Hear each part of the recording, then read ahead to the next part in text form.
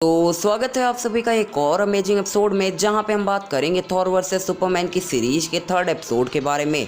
जी हां, ये सीरीज का थर्ड एपिसोड है, यानी इससे पहले मैंने 2 एपिसोड्स ऑलरेडी पब्लिक कर रखे हैं। अगर आपने उन्हें चेकआउट नहीं किया तो आप इस वीडियो को देखने के बाद उन्हें चेकआउट कर सकते हैं। उनकी लिंक मैंने description, comment section and even and screen में प्रोवाइड कर दी है। लेकिन अगर आपने उन्हें ऑलरेडी देख रखा है तो आपके लिए तो सोने पर सुहागा हो जाएगा, क्योंकि इस वीडियो के अंदर मैंने उन 2 वीडियोज़ के काफ़ी सारे स्पॉयलर्स रखे भी हैं और उस दोनों वीडियोज काफ़ी हेल्प करेंगे आज हमें एनालाइज करने में कि कौन फाइट जीत सकता है between Thor and Superman. And आज हम क्लियरली पता लगा लेंगे कि थॉर और सुपरमैन के बेस वर्जन में कौन ज़्यादा पावरफुल है। लेकिन एक चीज़ मैं क्लियर कर दूं, यहाँ पे कोई मूवीज वर्जन्स या फिर मोस्ट पावरफुल वर्जन्स को इंक्लूड नहीं कर रहा, सो कमेंट्स में इनकी बात मत करने लग जाना। आज हम केवल कॉमिक वर्जन की बात करेंगे। So without wasting any more time, let's get started. So let me clear one thing कि इस वीडियो में 2 पार्ट्स होंगे, जिनमें पहले पे हम डिस्कस करेंगे कि क्या होगा अगर थॉर और सुपरमैन आपस में एक फ्रेंडली फाइट करें, एंड दूसरे में हम डिस्कस करेंगे कि क्या होगा अगर ये आपस में एक डेथ मैच करें या फिर एक डेथ बैटल करें। सो सबसे पहले हम बात करेंगे कि क्या होगा अगर ये आपस में एक फ्रेंडली मैच करें। सो शुरू करते हैं। तो सबसे पहले हम बात कर लेते हैं अपने फर्स्ट पार्ट की कंक्लूजन की। तो फर्स्ट पार्ट में हमने देखा कि थॉर एंड सुपरमैन में कौन ज़्यादा स्ट्रॉन्ग है, and according to the first part हमने यहाँ पे इतना एनालाइज किया था कि सुपरमैन एंड थॉर की स्ट्रेंथ लगभग इक्वल है, और उनकी ड्यूरेबिलिटी या फिर अगर इन दोनों को ड्यूरेबिलिटी में मेजर किया जाए तो थॉर के पास थोड़ा सा एडवांटेज है। वहीं सेकेंड पार्ट्स में हमने देखा कि कौन ज़्यादा पावरफुल है, यानी किसका एनर्जी प्रोजेक्शन ज़्यादा है एंड इवन किसके पास ज़्यादा स्पीड है, जहाँ पे हमें पता चला कि एनर्जी प्रोजेक्शन के मामले में थॉर सुपरमैन से सुपीरियर है। एंड ऑफ कोर्स हमने सेकंड पार्ट में ये भी देखा कि सुपरमैन थॉर से ज़्यादा फास्ट है स्पीड के मामले में, एंड इवन उसके रिफ्लेक्सेस भी थॉर से थोड़े ज़्यादा फास्ट हैं। सो मेनली यहाँ पे बैटल हो रही है स्पीड वर्सेस ड्यूरेबिलिटी के बारे में, क्योंकि जहाँ थॉर ज़्यादा ड्यूरेबल है सुपरमैन से कॉमिक्स के अंदर, वहीं सुपरमैन ज़्यादा फास्ट है एज कम्पेयर टू थॉर। और एक्सेप्ट द ट्रूथ कि थॉर ज़्यादा ड्यूरेबल है एंड सुपरमैन ज़्यादा फास्ट है। और अगर तुम्हें इस बात में भी कोई कन्फ्यूजन है तो तुम मेरे पीछे बने हुए 2 एपिसोड्स को चेकआउट कर सकते हो। बट भी अगर यहाँ पे देखा जाए तो स्पीड वर्सेस ड्यूरेबिलिटी के अलावा यहाँ पे कई और मेजर फैक्टर्स हैं। जैसे सुपरमैन ने एक बार म्यूनिर को लिफ्ट किया था, थॉर के पास मैजिक है जो कि सुपरमैन की एक वीकनेस है, और इतना ही नहीं, थॉर के पास कुछ ऐसी पावर्स भी हैं जो सुपरमैन के अगेंस्ट काफ़ी अच्छी तरह से वर्क कर सकती हैं। तो सबसे पहले हम डिस्कस कर लेते हैं कि क्या सुपरमैन सच में वर्दी है म्यूनिर के लिए या फिर ऐसा कुछ भी नहीं है। तो अगर देखा जाए जस्टिस लीग वर्सेस अवेंजर्स का क्रॉसओवर, तो ऑफ कोर्स इस क्रॉसओवर में सुपरमैन ने थॉर का म्यूनिर वेल्ड किया था, लेकिन उसके कुछ आगे ही पन्ने पे सुपरमैन म्यूनिर को नहीं उठा पा रहा था। इनफैक्ट एट दैट टाइम जब सुपरमैन ने म्यूनिर को लिफ्ट किया था तब वो थॉर से फाइट कर रहा था, एंड उसने थॉर को ग्रैब किया एंड उसके हाथ से म्यूनिर छुड़ाकर अपने हाथों में ले लिया, एंड अनफॉर्चुनेटली या फिर फॉर्चुनेटली वो म्यूनिर को उठाने में सक्सेसफुल था। लेकिन eight the end of comic वो अनफॉर्चुनेटली म्यूनिर को नहीं उठा पा रहा था। और यहाँ पे तुम थॉर की पढ़ी हुई लाइंस को पढ़ो, तो यहाँ पे थॉर कहता है कि मेरे पिताजी कठोर हो सकते हैं लेकिन स्टूपिड नहीं है, और सिर्फ कुछ ही वर्दी हैं जो म्यूनिर को ओवरकम कर सकते हैं या फिर म्यूनिर के स्पेल को ओवरकम कर सकते हैं। और यहाँ पे साफ साफ हाईलाइट किया है डिस्परेट आवर्स को। अब डिस्परेट का मतलब होता है जरूरत के टाइम, यानी उस समय जब म्यूनिर की जरूरत होने तभी कुछ वर्दी उसे उठा सकते हैं। थॉर की बातों से साफ लग रहा है कि सुपरमैन काफ़ी हद तक वर्दी नहीं है। अब कुछ सुपरमैन फैंस ऐसा बोलते हैं कि at the end of comic Superman was unable to lift म्यूनिर बिकॉज ऑफ कि वो ग्रीडी हो गया था। तो आई थिंक ये बात काफ़ी हद तक गलत है, क्योंकि थॉर हमेशा से ग्रीडी बिहेवियर के साथ था और इसके बावजूद भी वो अनवर्दी नहीं हुआ, बिकॉज एक बार उसने कैप्टन को कहा था you are like an end for me, और ये बात साफ साफ व्यक्त करती है कि Thor is a greedy character. इसके बावजूद भी वो म्यूनिर को लिफ्ट कर रहा है, सो हम ऐसा कह सकते हैं कि हैमर के रूल्स में ग्रीडी होना शायद नहीं आता है। एंड थॉर की बातों से साफ साफ लग रहा है कि वो ऐसा कहना चाहता है कि मेरे पिताजी मुझसे गुस्सा थे, दैट्स वाई तुम म्यूनिर को उठा पाए हो। तभी उसने कहा कि माई फादर इज सैटर्न, जिसका मतलब वहाँ पे क्लियरली कहना चाहता है कि मेरे पिताजी कठोर हैं या फिर मुझसे निराश हो गए थे, दैट्स वाई उन्होंने तुम्हें म्यूनिर उठाने दिया, अदरवाइज स्टूपिड नहीं है वो। और थॉर का डेस्परेट आवर्स कहना भी काफ़ी हद तक हजम नहीं हो रहा, क्योंकि थॉर ने कहा कुछ चंद समय के लिए या फिर कुछ ऐसे समय के लिए जिसमें तुम्हें इसकी ज़रूरत है। लाइक कैप्टन ने भी जब म्यूनिर को उठाया था तब कैप्टन काफ़ी ज़्यादा ज़रूरत थी म्यूनिर को। थॉर 1 में भी जब थॉर ने म्यूनिर को दोबारा लिफ्ट किया था तब भी थॉर को म्यूनिर की बहुत ज़्यादा ज़रूरत थी। यानी कुछ ही वर्दी ऐसे हैं जो कुछ ज़रूरत टाइम के लिए या फिर कुछ ज़रूरत ज़रूरत के आवर्स के लिए ही म्योनिर को उठा सकते हैं, अदरवाइज वो सारे कैरेक्टर म्योनिर को हमेशा के लिए लिफ्ट नहीं कर सकते। थॉर यहाँ पे ये कहना चाहता है। I hope you have understand what I mean to say. तो फिर आप लोगों का क्वेश्चन हो सकता है कि अगर वो वर्दी नहीं है तो उसने शुरू में म्योनिर कैसे उठाया। सो बेसिकली थॉर ने यहाँ पे जैसा कि कहा डेस्परेट आवर्स, तो maybe it's a rule of म्योनिर कि अगर तुम्हें बहुत ही ज़्यादा म्योनिर की ज़रूरत है तो तुम म्योनिर को उठा सकते हो, क्योंकि यहाँ पे कोई मतलब नहीं बनता डेस्परेट आवर्स लिखने का। बट इसके लिए यहाँ पे लिखा गया है दैट मीन सुपरमैन म्योनिर को सिर्फ इसीलिए उठा पाया क्योंकि उस समय सुपरमैन को उसकी बहुत ज़्यादा ज़रूरत थी। अब ऑफकोर्स थॉर के खिलाफ में भी ज़रूरत होने के बावजूद भी वो म्योनिर को उठा नहीं पाएगा, क्योंकि एट दैट टाइम भले ही वो थॉर से लड़ते हुए म्योनिर को ग्रैब किया, बट उनका जो मेन मकसद था वो किसी एक बहुत ही पावरफुल विलन से फाइट करना था, ना कि थॉर को हराना। अब आगे बढ़ने से पहले तुम ये देखो, यहाँ पे लिखा है electricity and magic are the weakness of Superman. And मैं भी ये सुन के काफ़ी चौंक गया था कि इलेक्ट्रिसिटी भी सुपरमैन की वीकनेस है। बट जब मैंने इसके बारे में काफ़ी ज़्यादा स्टडी किया या फिर गूगल से लगा करके और बहुत सारी कॉमिक्स में सर्चिंग की, तब यस ये एक काफ़ी बड़ी वीकनेस ऑफ सुपरमैन है जो अंडररेटेड है या फिर ज़्यादा लोग इसे नहीं जानते हैं, क्योंकि कई बार सैजम ने इलेक्ट्रिसिटी की मदद से सुपरमैन को बीट किया था। अब आप में से कुछ का कहना हो सकता है कि सैजम तो बहुत ही पावरफुल कैरेक्टर है एंड ऑफ कोर्स उसके पास जो स्ट्रेंथ एंड ड्यूरेबिलिटी वो सुपरमैन लेवल की है एंड दैट्स द रीजन कि वो उसे बीट कर पाया है कई बार। लेकिन इसका रीजन ये नहीं है, क्योंकि अब अगर एनालाइज किया जाए तो सुपरमैन सैजम से बहुत ज़्यादा पावरफुल है। लाइक सैजम के पास इन्फिनिटी स्ट्रेंथ भी नहीं है, उसके पास ड्यूरेबिलिटी की भी सुपरमैन से कम है, स्पीड एंड रिफ्लेक्सेस भी सुपरमैन के आसपास भी नहीं है, और इसके बावजूद भी वो सुपरमैन को पेल चुका है, वो भी 2-3 बार। अब मैं ये नहीं कह रहा कि सुपरमैन ने उसे हराया नहीं है, लेकिन सैजम ने भी सुपरमैन को हरा रखा है, इसके बावजूद कि सैजम एक बहुत ही लोअर पावर्ड कैरेक्टर है एज कंपेयर टू सुपरमैन। सो मेरे कहने का मतलब है because of magic and electricity Superman को वो हरा पाया है। एंड अगर गौर किया जाए तो जितनी भी बार सैजम जीता है उसके जीतने का कारण केवल एंड केवल इलेक्ट्रिसिटी ही रही है।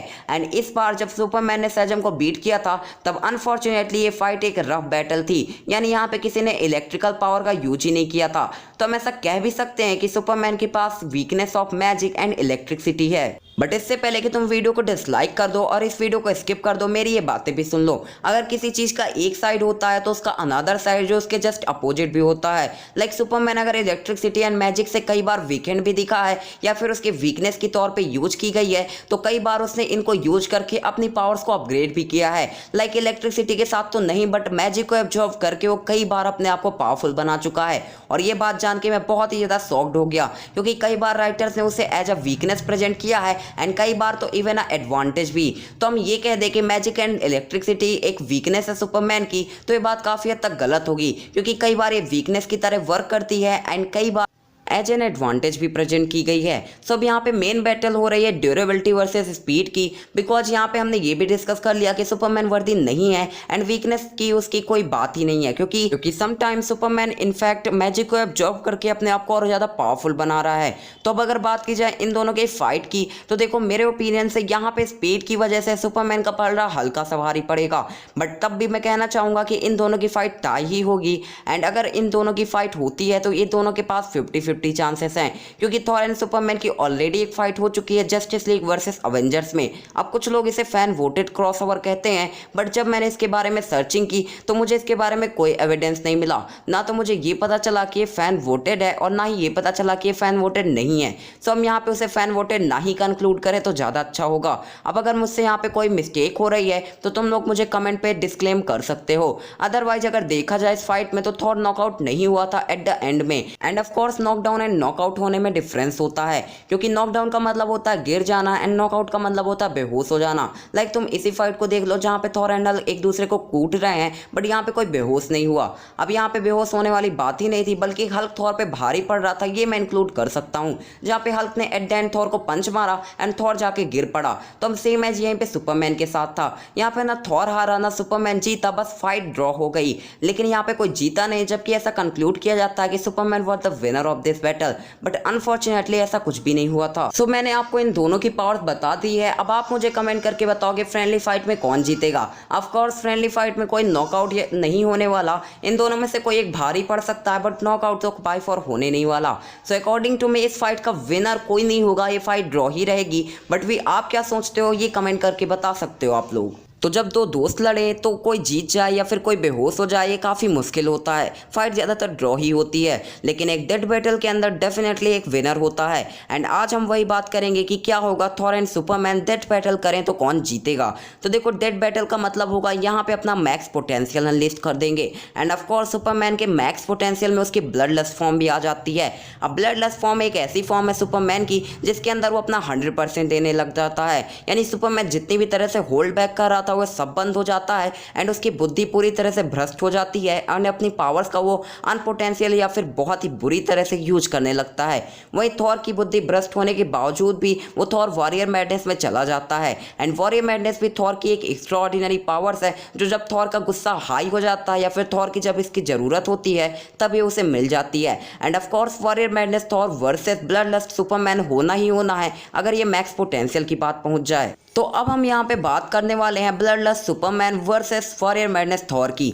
ब्लडलस्ट सुपरमैन में जहाँ सुपरमैन अपना 100% देने लगता है, वहीं वॉरियर मैडनेस में थॉर की बुद्धि भ्रष्ट हो जाने के अलावा थॉर के पास जितनी पावर्स हैं वो इन्हेंस हो जाती है। हाँ, उसकी जो मैजिकल पावर्स हैं वो डिक्रीज होकर के उसकी फिजिकल पावर्स में कन्वर्ट हो जाती हैं। लाइक उसकी स्ट्रेंथ ड्यूरेबिलिटी इंक्रीज हो जाती है, उसके रिफ्लेक्सेस स्पीड भी इंक्रीज हो जाएगी, बट उसकी जो मैजिकल पावर्स हैं वो बहुत ही कम ही यूजेबल होंगी। एंड दैट्स द रीजन की आई थिंक यहाँ पे अगर फाइट होती है तो वॉरियर मैडनेस थॉर का पलड़ा भारी पड़ेगा। And to be honest Superman fans तुम्हें एक्सेप्ट करना चाहिए कि warrior madness Thor by far तुम्हारे ब्लडलेस सुपरमैन से ज़्यादा पावरफुल है, क्योंकि जहाँ ब्लडलेस सुपरमैन अपना 100% देने लगता है वहीं वॉरियर मैडनेस थॉर अपनी पूरी पावर्स को एक साथ अनलॉक कर देता है। फॉर एन एग्जाम्पल कि थॉर जब थानोस से फाइट कर रहा था तब थानोस ने थॉर को काफ़ी ईजिली नॉकआउट कर दिया, बट वही जब थॉर वॉरियर मैडनेस में जाके थानोस से भिड़ रहा था और तब थानोस के पास 4 इन्फिनिटी स्टोन्स भी थे तब भी वो थानोस को काफ़ी इजीली ओवर पावर कर रहा था। दैट्स द रीजन कि मैं सोच रहा हूँ कि वॉरियर मैडनेस थॉर काफ़ी इजीली बीट कर सकता है ब्लडलस्ट सुपरमैन को। एंड टू बी ऑनेस्ट तुम्हें एक्सेप्ट करना पड़ेगा क्योंकि वॉरियर मैडनेस थॉर की पावर्स एंड फीट्स काफ़ी ज़्यादा इंसेंस हैं। लेकिन अगर क्या हो ये अपनी पावर्स को फिजिक के अलावा मैजिकल पोटेंशियल में अनलीश कर दें, लाइक ये वॉरियर मैडनेस थॉर या फिर ब्लडलस्ट के सुपरमैन में जाने के अलावा अपने मोस्ट पावरफुल अटैक्स को अनलीश करें। तो अगर बात की जाए इनके मोस्ट पावरफुल अटैक की तो सुपरमैन का मोस्ट पावरफुल अटैक है सोलर फ्लेयर या फिर सुपर फ्लेयर, या फिर तुम इसे जो भी बोलना चाहो बोल सकते हो। भाई मैं तो सोलर फ्लेम बोलूँगा, तुम्हें गलत लगे या सही लगे मुझे मतलब नहीं है। और अगर बात की जाए थॉर की तो थॉर के पास एक नहीं दो नहीं बल्कि कई कपल्स ऑफ अटैक्स हैं जिनमें आते हैं God blast, the Thunderbolt and the spirit of thunder and उसके अलावा 1000 विंड्स ऑफ रेलम और इतने नहीं ऐसे बहुत सारे अटैक्स हैं। फॉर एग्जांपल तुम सुपर बैटल की ये वाली वीडियो देख सकते हो, मतलब थॉर के पास काफ़ी अमाउंट में काफ़ी पावरफुल ब्लास्ट हैं। अब सोलर फ्लेम की मैक्स एनर्जी प्रोड्यूस हुई थी तब उसने सोलर सिस्टम को डिस्ट्रॉय कर दिया था। And I am not joking, इसने पूरे सोलर सिस्टम का कबाड़ा करके रख दिया था। बट जब गॉड ब्लास्ट की पावर रिलीज हो रही थी तब बड़े आराम से गैलेक्टस की फटी जा रही थी। यहाँ पे गैलेक्टस ने कह दिया था कि अगर मैं थोड़ी देर और रुकता तो मेरा वहाँ पे मरना तय हो जाता। और इनफैक्ट गॉड ब्लास्ट ऐसे अटैक्स में आता है जो बड़े आराम से ओरो तक को तोड़ दे। और तुम्हें विश्वास नहीं होगा बट गॉड ब्लास्ट एक यूनिवर्सल लेवल अटैक्स में गिना जाता है। So of course god blast, spirit of thunder, 1000 winds of realm, ये जो अटैक्स हैं ये सोलर फ्लेम के कंपैरेबली ज़्यादा पावरफुल हैं। और अगर बात की जाए सोलर फ्लेम की फीट की भी तो सोलर फ्लेम ने आज तक किसी ऐसे कैरेक्टर को डिस्ट्रॉय नहीं किया जो इतना ज़्यादा पावरफुल हो कि उसकी ड्यूरेबिलिटी थॉर से ज़्यादा हो। हाँ, उसने सोलर सिस्टम को डिस्ट्रॉय किया है बट सोलर सिस्टम वाले अटैक्स थॉर सोते सोते ले लेता है। लेकिन अगर बात की जाए गॉड ब्लास्ट की तो गॉड ब्लास्ट ने डिस्ट्रॉय किया एक मैक्स पोटेंशियल या फिर सेलेस्टियल लेवल कैरेक्टर गैलेक्टस को। अब गैलेक्टस एक मल्टीवर्सल या फिर हाई यूनिवर्सल लेवल कैरेक्टर्स में गिना जाता है। And of course god blast की पावर्स के सामने इसने अपने आप को हारना स्वीकार कर लिया था।